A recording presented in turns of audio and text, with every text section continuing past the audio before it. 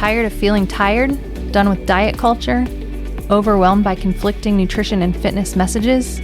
Then join us, your hosts of the Nutrition Revolution podcast, as we take a deep dive into all things women's fitness and nutrition. I'm Kimberly.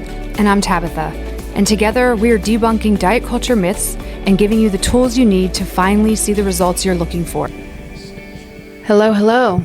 Here we are at the 13th hour of this year, right? Is that how you would describe it? 13th hour? 13th the last hour, minute? the last minute? Yeah, You'll I guess say so. You waited Yeah.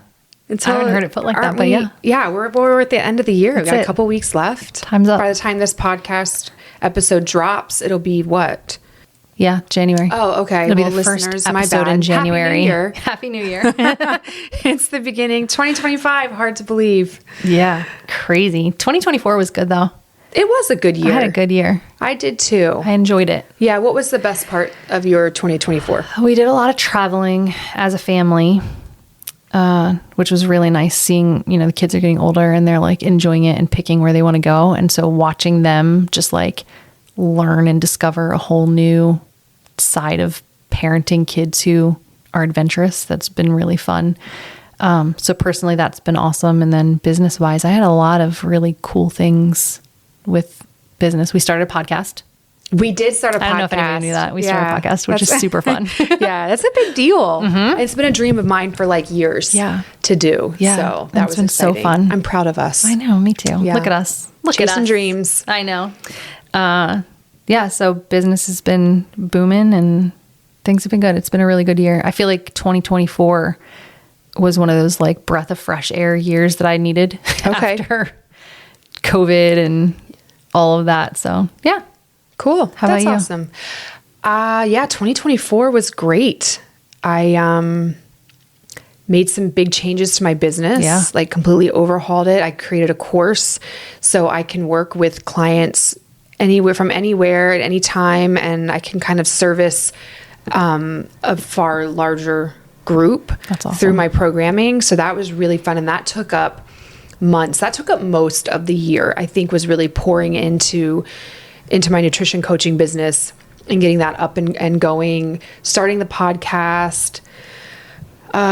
We finished up with elementary school. I have no more elementary school babies, middle schoolers. So crazy. So 6th grade and 8th grade. So prepping for a high schooler next year. And so like this year she started looking at some of the tech schools around us as what her options are. Yeah. So that's been fun. Just watching the kids. My son wrapped up Little League. He finished his last year of majors and my husband was his coach. And then he got to be the coach of the all-star team. So that was really fun. So fun.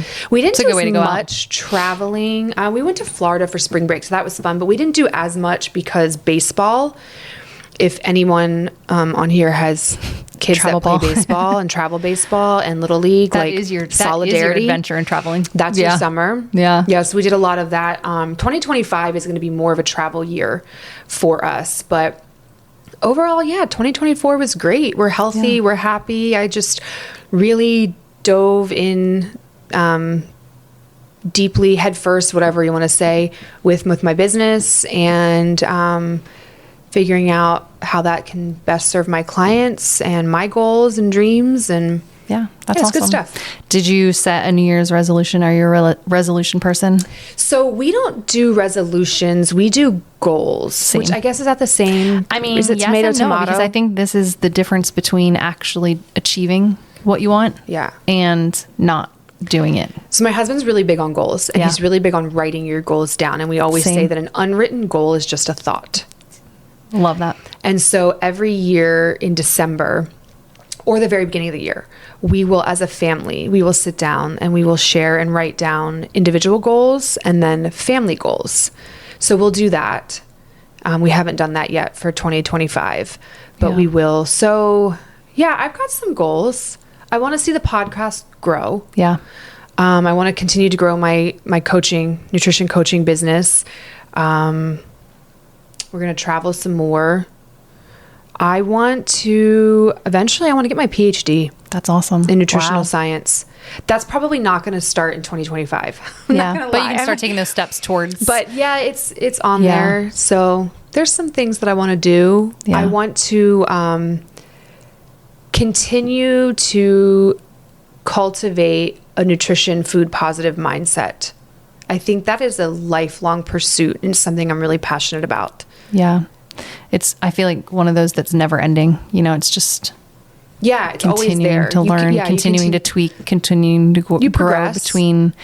Yeah. And when I look back, I started this journey of improving my relationship with food and mindset around nutrition and learning as much as I could about actual nutrition and human performance, 10 plus years ago. And I think about where I was and where I am now.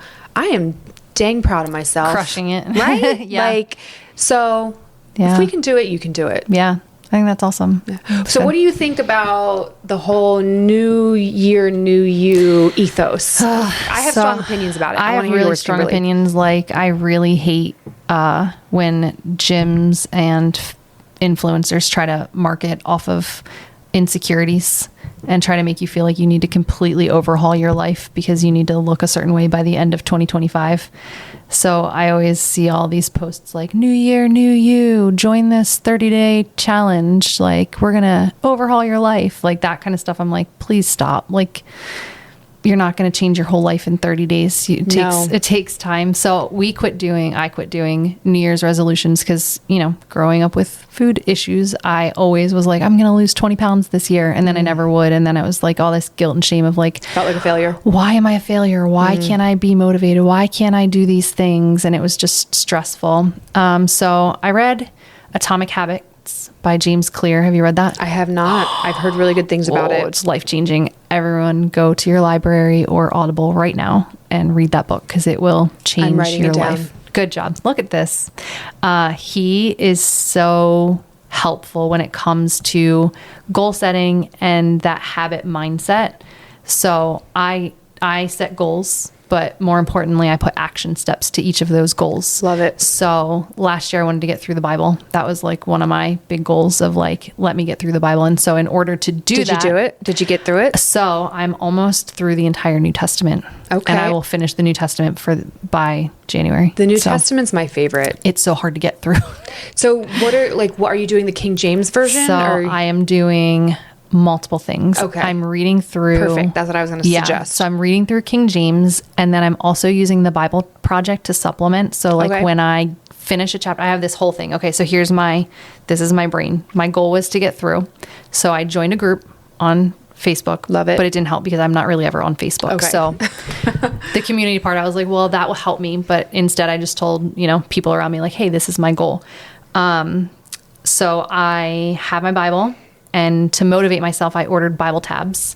So every time I finished a chapter, I would put on the Bible tab. And that for me was this reward of, yes, I did it. I can see it growing. I can see the progress. It's there visually in front of me. And then every time I would finish a chapter, I would watch the Bible Project to kind of recap what I learned. And then I have a friend that I would talk to about it with her about okay, this is what I finished and here's what I'm learning. And then I would try to find ways to kind of incorporate it or think about what I read throughout that week or whatever. Bible journaling helped a lot too. So I had those steps. Bought my Bible.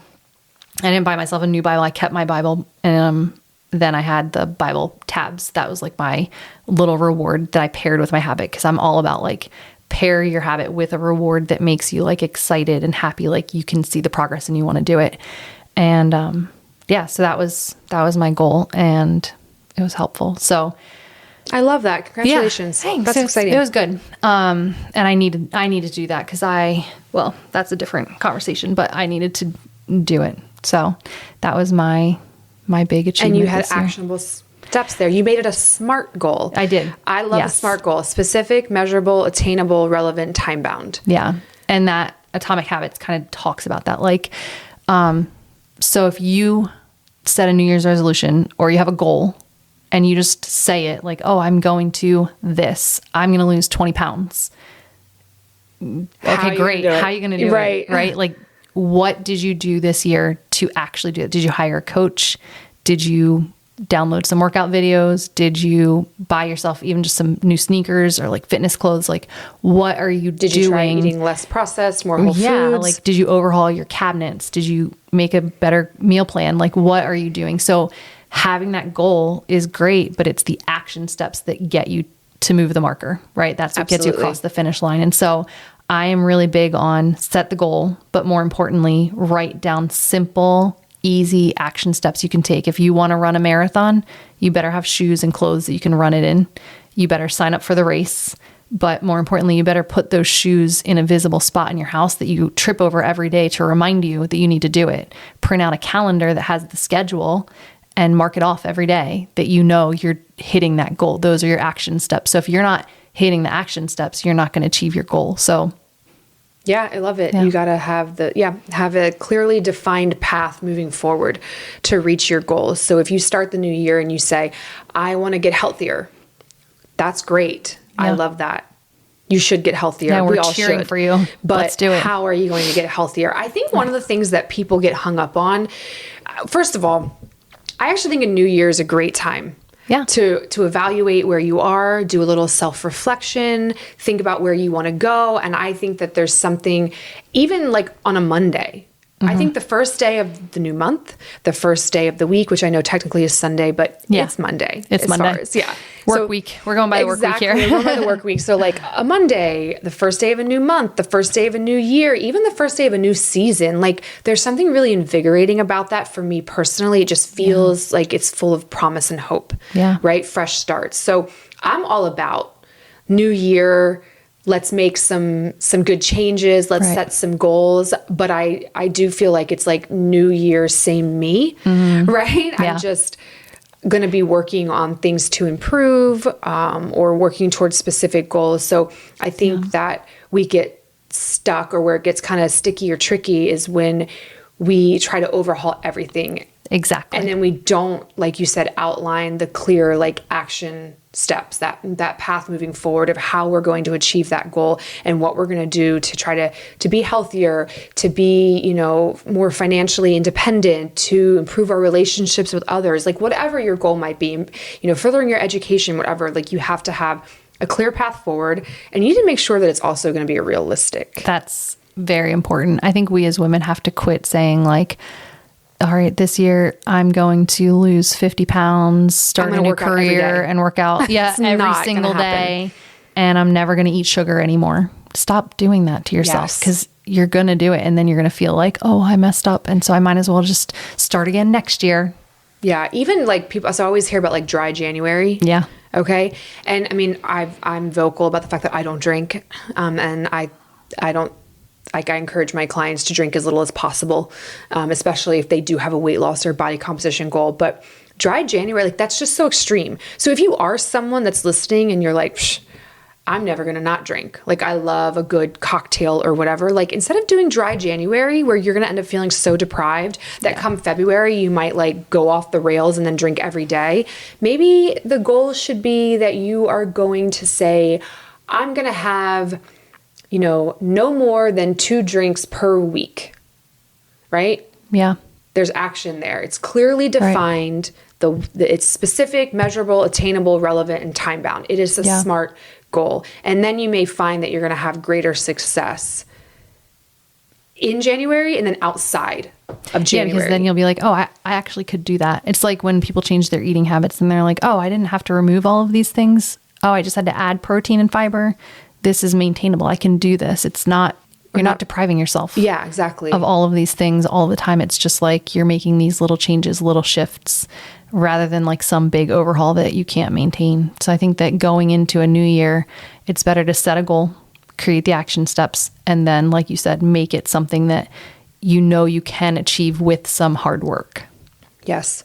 I like telling my clients to, and I personally like doing this, have my goal written down somewhere where I can see it regularly. So I can either see it daily or I can have it in a place where I can easily access it to be reminded of what that goal is. Because the reality is life is going to life. Right. Like it's going to happen. Yeah. You're going to get sick. It's coming fast. You're going to have vacations. You're going to have holidays and parties and birthdays and things where you're going to be off your routine. And it's, what are you going to do after those events happen to get yourself back on course? And are your resolutions, are your goals realistic enough that you can sustain them even through those unique times that are going to happen? And that's one thing that I want to encourage our listeners to consider this year. What are you like? Is this sustainable even on, say, my worst day? Of course, it's going to be sustainable on your best day, right? But that's not, if every or when day you're was, highly motivated, it's when the motivation goes away. Is it still maintainable? It something that you and can that's where still I think do. The visualization needs to come in, because the days that you're not motivated, you're going to put that on the back burner because you're not seeing it. So it's out of sight, out of mind. But if it's constantly there, like those sneakers, when you need to go for a run, if you're tripping over them every time you go into the kitchen, eventually you're going to have to put them on and go for a run because it's just there in your face. Yeah. It'll be that constant reminder that you need. Yeah. And I think working towards just being more consistent with your efforts versus like perfection. Because one thing that I hear from people, like friends and family, and then also clients, is, well, that lasted 2 weeks and now I've had X, Y, and Z setback and I've been, off the wagon and it's all for nothing. It's a wash. And it's like, well, consistency is really the art of never stopping starting. Right. Does that make sense? Yeah. That's what real consistency is.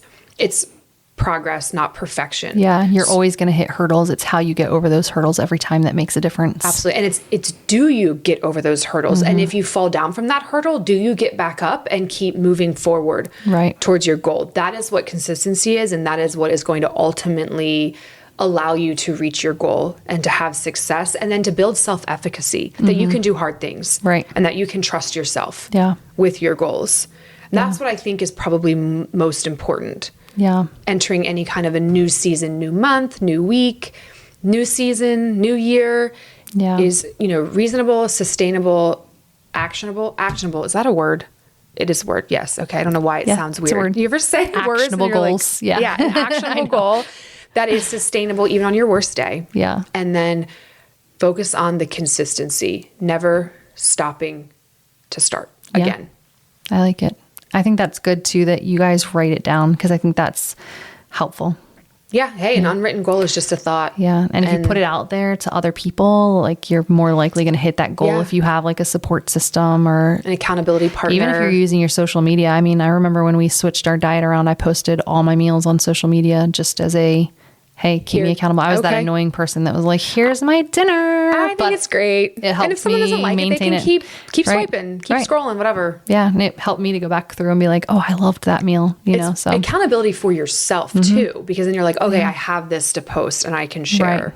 Yeah. So I think it's a great way. Yeah. I love seeing all the gym girlies that are like, oh, here was me January 1st and here's me, December 25th. And they look awesome because they've posted their workouts and that's what helped them be accountable. I love seeing it. So yeah, we have this one member at Orange Theory where I coach, and she, after every single class, she likes to take a selfie of herself and then the coach, and then she always shares it. And it's just really fun. Yeah. It's like, hey, I came here, I did this hard thing, and I've stayed consistent at it. It's not every day that she's in there. But I wish more people weren't afraid to like post that kind of stuff or share that kind of stuff, share their goals, because I think a lot of people don't share their goals because they're afraid of what other people will say about them. Or if they don't hit that goal, people will say that, where I'm like, or they'll feel like a failure. Do it and, share it. I will tag me. I will cheer you on the whole time, make this year the year that you let go of the fear. Yeah. Quit letting other people hold you back from doing the things you want to do.